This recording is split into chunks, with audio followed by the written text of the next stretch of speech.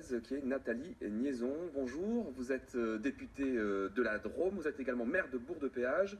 Vous avez été élue pour la première fois aux dernières législatives en juin 2012 et vous venez de publier un livre, La députée du coin, un livre d'une centaine de pages dans lequel vous vous livrez sur ces 4 ans et demi d'exercice au Parlement. Alors d'habitude, quand les politiques écrivent un livre, c'est pour dire, regardez comme c'est bien ce que je vais faire dès que vous m'élirez. Vous écrivez un livre pour dire que vous ne vous représenterez pas. Exactement. C'est pas habituel. Je ne sais pas. C'est une question de cumul des mandats ou pas seulement? Oui, en fait, il y a plusieurs choses. D'abord, moi j'avais vraiment envie de faire ce témoignage pour expliquer ce qu'est vraiment le mandat de député.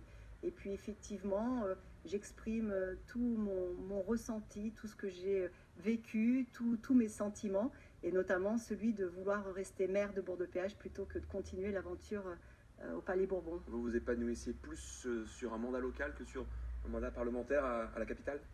Oui, j'aime le mandat local, j'aime le mandat de maire. C'est un mandat qui est vraiment opérationnel, qui est en lien direct avec nos concitoyens. On a les mains dans le cambouis et j'aime ça. Pourtant, vous n'étiez pas allé à reculons. On vous avait suivi d'ailleurs le premier jour où vous étiez arrivé à l'Assemblée nationale. C'est un mandat que vous aviez vraiment voulu. Vous le laisserez sans regret ou avec quelques regrets? Non, je le laisserai sans regret. Je serai députée jusqu'à la fin de mon mandat. Je le suis encore et je vais exercer ce mandat jusqu'au bout.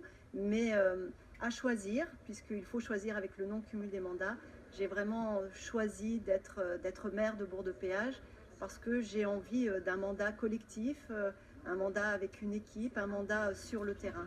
Alors, dans ce livre, vous êtes assez critique sur le fonctionnement même du Parlement. C'est un travail austère, c'est lent, et puis les décisions finales sont souvent un peu dépendantes du bon vouloir des ministères, voire même du gouvernement, qui parfois freinent même les lois que vous voudriez porter. C'est ce que vous dites en substance? Oui, le travail législatif est compliqué, il est difficile. Il doit passer à la moulinette des ministères et notamment de la haute administration. Donc ce n'est pas simple, c'est un travail, c'est un combat de tous les jours que de vouloir faire évoluer la loi et la législation dans notre pays. Alors vous aviez quand même de l'ambition, on va s'en rappeler, à l'Assemblée, donc il y a 4 ans et demi. Vous étiez une des petites nouvelles, ce qui ne vous a pas empêché d'avoir tout de suite la volonté de vouloir faire votre part de parlementaire avec l'ambition de participer à des commissions. On vous écoute. Les commissions ont des places limitées, donc il faut... déjà, je vais regarder comment est-ce que les choses sont en train de se dessiner. Et puis, s'il faudra jouer des coudes, eh bien, je jouerai des coudes comme tout le monde. Alors finalement, vous avez participé à des commissions? Oui, il a fallu jouer des coudes. J'ai joué des coudes.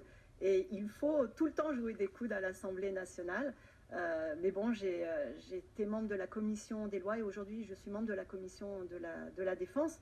C'est un travail très intéressant, vraiment. Faire la loi, c'est quand même quelque chose qui est enthousiasmant.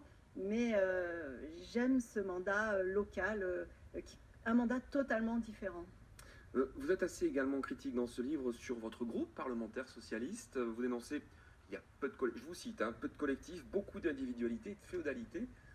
On sent qu'effectivement le groupe est un petit peu dispersé là.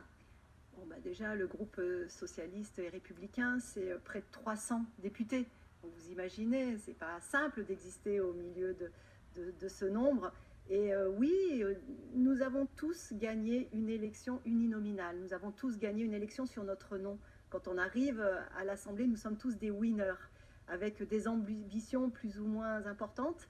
Et effectivement, c'est un mandat où l'on est très individualiste. C'est chacun pour soi, pour exister dans le paysage politique national. En quelques mots, c'est un livre aussi, vous cassez un peu l'image du député qui vit dans le luxe. Un exemple? Je dors dans mon bureau, par exemple, sur un canapé-lit, par exemple. On peut vous croiser dans ces locaux, justement, en peignoir le matin. Et oui, les sanitaires ne sont pas dans mon bureau. Il faut prendre un ascenseur, descendre au sous-sol pour aller prendre la douche, entre autres. Je paye mes repas, même à l'Assemblée. Chaque fois que je prends un repas, je paye mes repas, comme tous les députés. Merci beaucoup Nathalie Niaison d'avoir témoigné sur ce plateau. Plaisir. Et puis donc, je rappelle que votre livre est disponible. Il s'appelle La députée du coin.